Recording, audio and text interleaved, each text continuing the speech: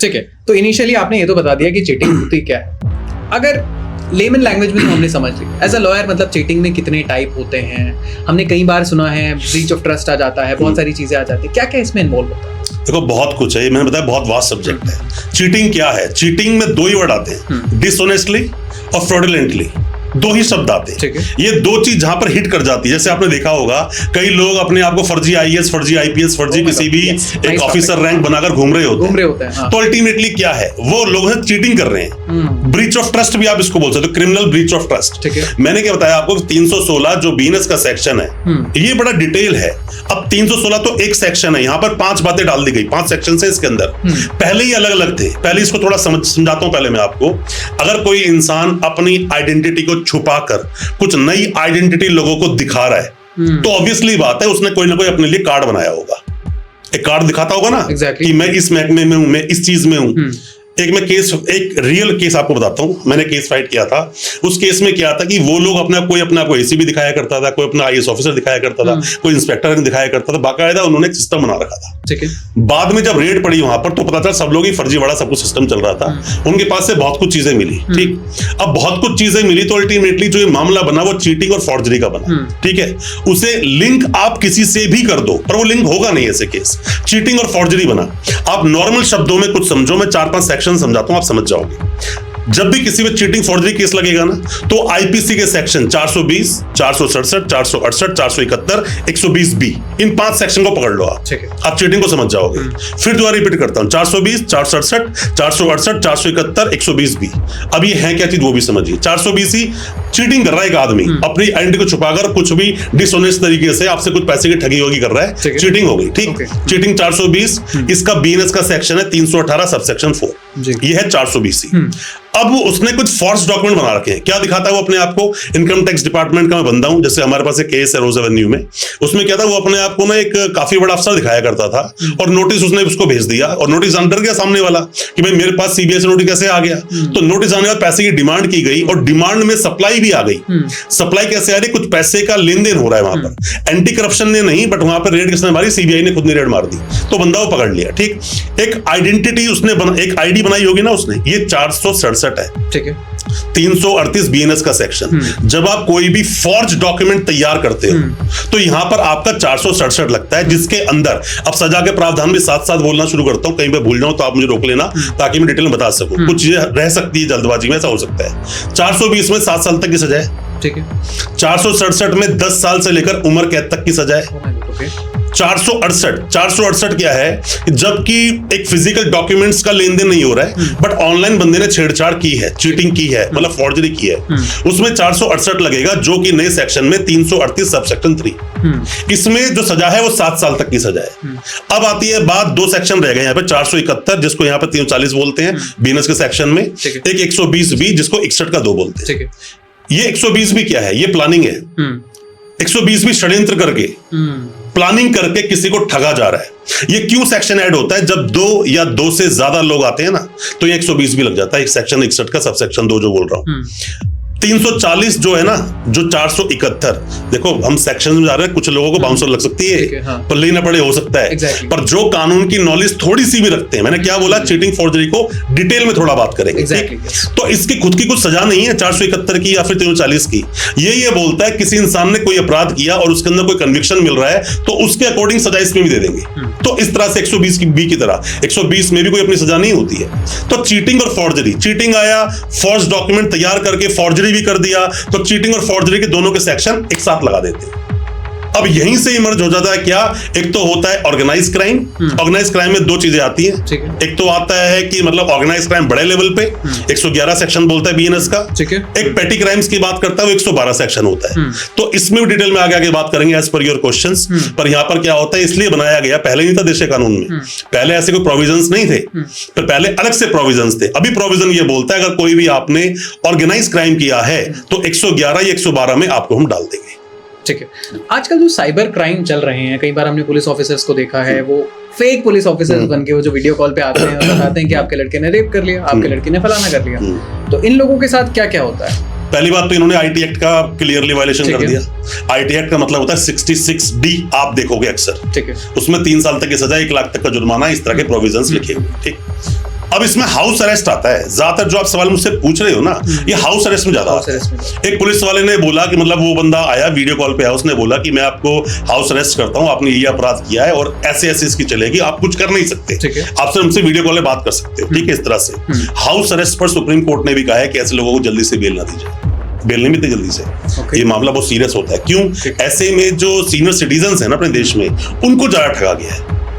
देखो ऐसा होता है कि आपने अपराध तो किया, पर अपराध किया किसके साथ ये मैटर करता है, और किस तरह से वो अपराध किया गया ये मैटर करता है। मैं आपको तीन ऑप्शन एग्जांपल देके समझाता हूं। एक चीटिंग क्या हुई? चीटिंग ये हुई कि पुलिस वालों को, और ये केस ना बहुत सारे होते हैं जो मैं एग्जांपल दे रहा हूं, अगर आप थोड़ा परमिशन दे तो डिटेल में समझा दूंगा मैं आपको ये होता क्या है। गैम्बलिंग एक्ट है, गैम्बलिंग एक्ट, ये अलग अलग स्टेट का अपना अपना एक्ट है, ठीक है। इसमें 2 साल 3 साल 5 साल तक के सजाओं के प्रावधान है मैक्सिमम में। मेरा बहुत सारे ऐसे केसेस मेरी लाइफ में मैंने अपने सामने देखे हैं। होता क्या है कि पुलिस जाकर एक जगह पे रेड मारती है, रेड मारने के बाद देखती है कुछ लोग बैठे सट्टा वट्टा खिला रहे हैं, कुछ भी जो पुलिस की स्टोरी है, सट्टा वाला खिला रहे हैं। वहां पर कुछ वेबसाइट में देखते हैं, वेबसाइट खुली हुई है। आजकल क्या होता है ना, बहुत सारी वेबसाइट अवेलेबल हैं जो कि तुम्हें बता रही होती है स्कोर क्या चल रहा है। लोग बैटिंग करने वालों को ऑनलाइन बड़े आज प्लेटफॉर्म मिल गए आजकल, वो देखती है वहां पर सीधा फटाफट बंदों को उठाकर वहां केस दर्ज कर देती है। क्या कि इसमें 420 हुई, 467 भी हो गया, मतलब फॉर्ज अकाउंट खोल दिया, फर्जी तरीके से अकाउंट खोल दिया, लोगों के साथ में चीटिंग की गई और गैम्बलिंग एक्ट के मतलब सेक्शंस लगा दिए उसके अंदर। अब लगाने वाले बंदों को सबको अरेस्ट कर लिया, जेल भी भेज दिया। यार ये केस ना बड़ा क्लियर कट सिर्फ और सिर्फ गैम्बलिंग का है, 3 साल तक की सजा है, आप तो अरेस्ट भी नहीं कर सकते उसमें, ठीक है। रीजन क्या है कि यहां पर अरनेश कुमार का जजमेंट जो 7 साल तक के सजा की बात करता है, नोटिस देना पड़ेगा 41A का, और सिर्फ गैम्बलिंग है।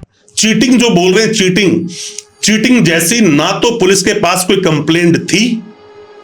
पुलिस बोलती है, स्टोरी क्या बनती है कि हमें हमारे मुखबिर खास ने, हमारे इन्फॉर्मर ने एक इंफॉर्मेशन दी, होटल के इस रूम नंबर के अंदर कुछ लोग गैम्बलिंग करवा रहे हैं, सट्टा खिला रहे हैं। कंप्लेंट भी यही थी। रेड मारी तो केस अपने आप ने बना के 420 467 वहां पे डाल दिया, बंदों को उठा के जेल भेज दिया। अब बंदे जेल काट रहे हैं, कई महीने जेल में बैठे हुए हैं। जैसे ही वो केस गया सुप्रीम कोर्ट में, जब मैं आर्ग्यूमेंट कर रहा था उसके अंदर, तो खुद जज साहब ने पूछा, उन्होंने बोला कि भाई ये केस कहां से फॉर्जरी हुआ? जिसके अकाउंट में जो भी पैसा आ रहा है वो तो खुद बोल रहा है मेरा अकाउंट है, फॉर्ज तो है ही नहीं, और आप बोल रहे हो 420 हुई, कोई कंप्लेनेंट ही नहीं है, कैसे वो 420 केसी? जैसे गैम्बलिंग जब एक अलग से ऑलरेडी एक्ट है अपने देश के कानून में, तो आप उसी में तो एफआईआर लॉन्च करोगे। That's very true, yes. अभी परसों का केस बता रहा हूं मैं आपको, परसों एक आर्गुमेंट चल रहा था मेरा ही जी, तो मैंने सेम बात बोली वहां पर कि जनाब इन्होंने मेंशन किया हुआ इसके अंदर कि वेबसाइट थी और उस वेबसाइट से देखकर ये सट्टा खिला रहे थे। मैं कहा जी ऐसी बहुत सारी वेबसाइट अवेलेबल है जहां से आप अपने स्कोर वगैरह सब कुछ चेक कर सकते हो। उस वेबसाइट से मेरा क्या कंसर्न है, पहले तो ये प्रूव करना पड़ेगा, because first of all prosecution must stand on their own legs, then they will prove what their case is. Alright, पहले तो प्रूव करेंगे अपने आप में, ऐसा बहुत बार बोला गया, पर ये केस प्रूव बाद में करते हैं, अरेस्ट पहले कर लेते हैं। यहां पर मैं आपको देखो एक बात बोलना चाहूंगा कि कई सारे ऐसे जजमेंट्स हैं जिनको क्या ताक पे रख देती है पुलिस।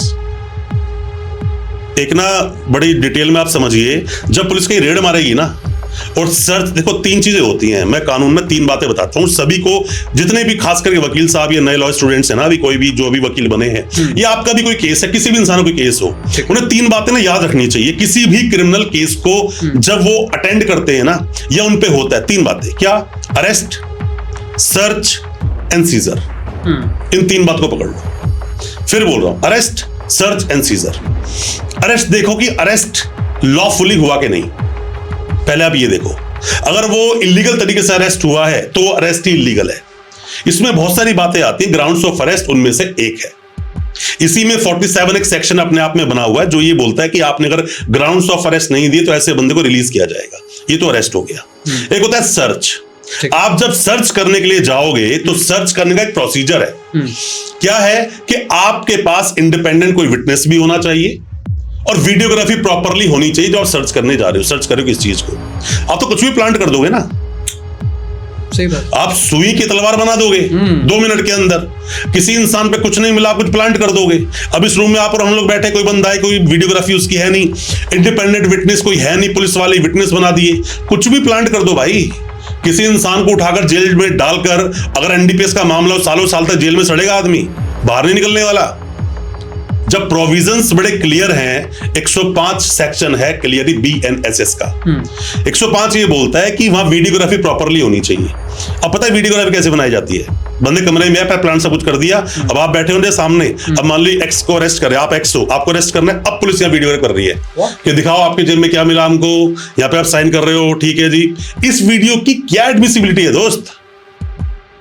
और मैं सबको बताता हूं, जितने भी लोग ये वीडियो देख रहे हैं, खास करके चीटिंग फोर्जरी जैसे में, खास करके ऐसे केसेस में जिसमें कि सर्च एंड सीजर एक बड़े लेवल पे सामने देखने को मिलता है, तो ऐसे में आपको 105 BNSS की एप्लीकेशन जरूर मूव करनी चाहिए और बोलो कि जो आपने वीडियोग्राफी की थी, जो आपने ई साक्ष्य पे डाली है, उसकी कॉपी दो हमें, हमको वीडियो देखनी, वीडियो में है क्या।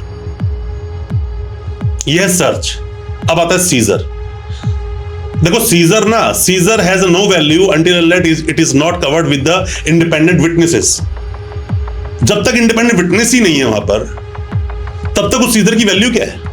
क्या सीज किया आपने?